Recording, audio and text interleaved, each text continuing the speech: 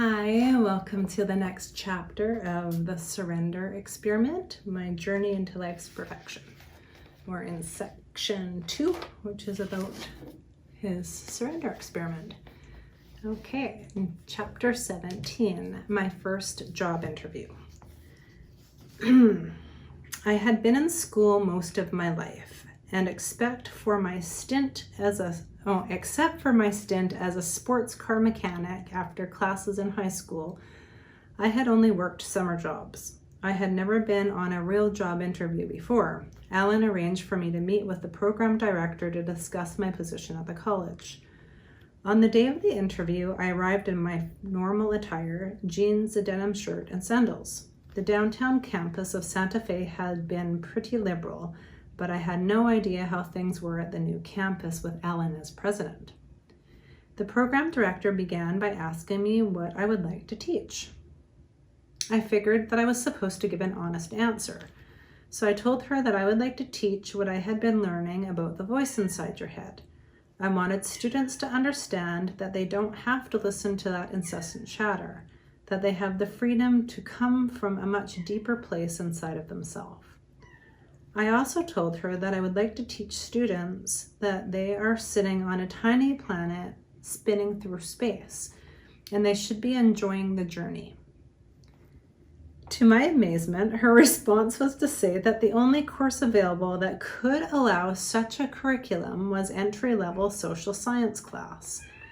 The course was required for all freshmen, and a teacher was still needed for 1/3 of the classes. She explained that teaching those classes would amount to a half-time position at the college, so I accepted the position, and she scheduled me to teach my first class in September, when the new campus officially opened.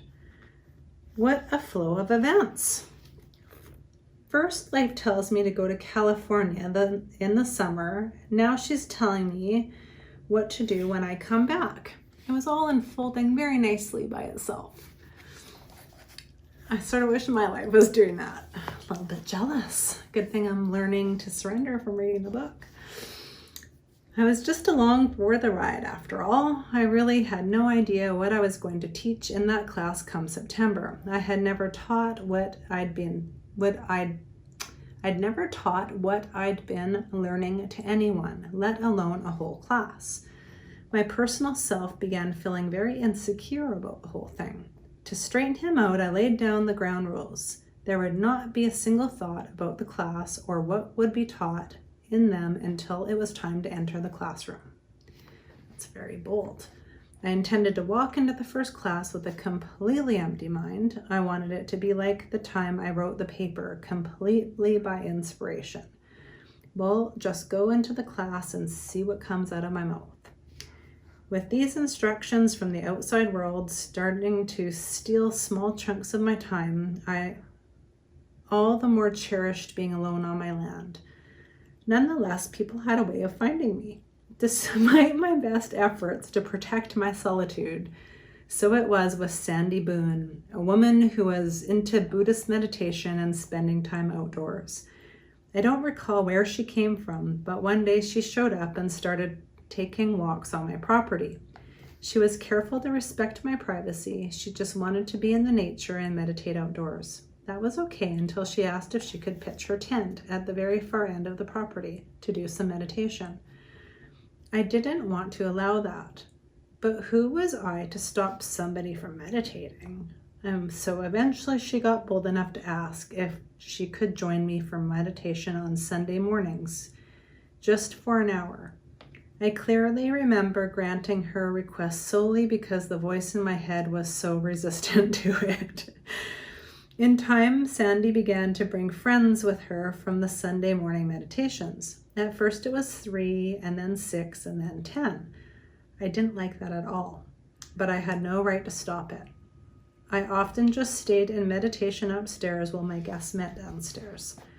Thus, the notion of Sunday morning services at Mickey's started in the spring of 1972, a tradition that has continued every Sunday for over 40 years. Meanwhile, summer was approaching and it was time to begin prepping for my trip to California. I figured I would camp in my van at the spiritual community for 3 or 4 weeks and then come back home in time for classes. The drive out there took me about 10 days because I continued all my meditation sessions along the way. When I arrived at the community, I found a very rural setting with a large expanse of land and many small rustic cabins. The people seemed like back to the earth type of folks, and I fit right in. During registration, I noticed special name tags for guests who wanted to practice silence. I had no interest in meeting people or making new friends. Sounds like my husband. So funny. I'm thinking, oh God, I'd love to meet everybody when I'm reading this. That would just be a distraction to my inner work. So I decided to use the trip to step up my practices to an even stricter level. I would remain in total silence during my visit. There were no available campgrounds near the temple area, so I simply parked my van at the nearest dirt parking lot. That is where I would live for the next few weeks. After getting situated, I began doing my afternoon yoga and meditation session in their temple. Though I was accustomed to being alone, I immediately realized that I would be fine here for a while. These people understood what I was into and would leave me to my practices. I continued fasting 3 times a week, and then I ate my salad. I always sat alone. I was not exactly the social type, but I did attend evening meditation and chanting programs in the temple.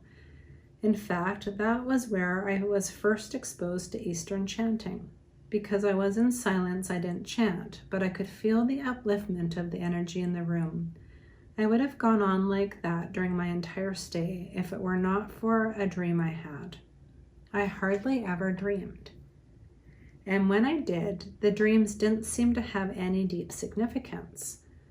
One night I had a phenomenal lucid dream that had a profound effect on me. I dreamed that I was doing intensely focused Zen walking. I was consciously placing one foot in front of the other, and I slowly headed towards the mouth of a cave. I entered the cave without incident and proceeded into the darkness that stretched before me. When it became very dark, I picked up a wooden torch mounted on the side of the cave. I lit it and continued as before. I noticed that the air was getting thinner and thinner the deeper I went into the cave. There was an almost frighteningly strong sense of purpose. I was going to explore deep into this unknown cave until I found what I was looking for, and nothing was going to stop me. I began to see a faint light far off in the distance. Not a single thought passed through my mind, yet I intuitively knew that was where I was going. As I approached, I could see that the light was coming from above and shining down into the cave. The closer I got to the source of light, the thinner the air became. I could hardly breathe, but I kept on going. The experience was similar to what had been happening in my practices. In my meditations, the deeper that I went, the more my breath would slow down until eventually it would naturally stop flowing. I don't know how long I would stay in that breathless state, but I would come back and gasp for air. At some point, my walk through this cave felt just like that stage in my meditations. I was almost there. I could see the streaming rays of light pouring onto the cave floor just in front of me. I felt as though I would collapse from the lack of oxygen, but I found the will to take the final step into the light. In an instant, I was completely bathed in a flood of blinding light. I turned upward to climb into the light, but my hands hit a metal grate on the roof of the cave. There was no way out from here. Not a thought entered my mind. Not a sigh left my lips. With the same steely sense of purpose that had led me into this cave, I turned and began to walk back out. There was simply the knowing that I would have to find another way. Well, that's a bit of a cliffhanger. Wow.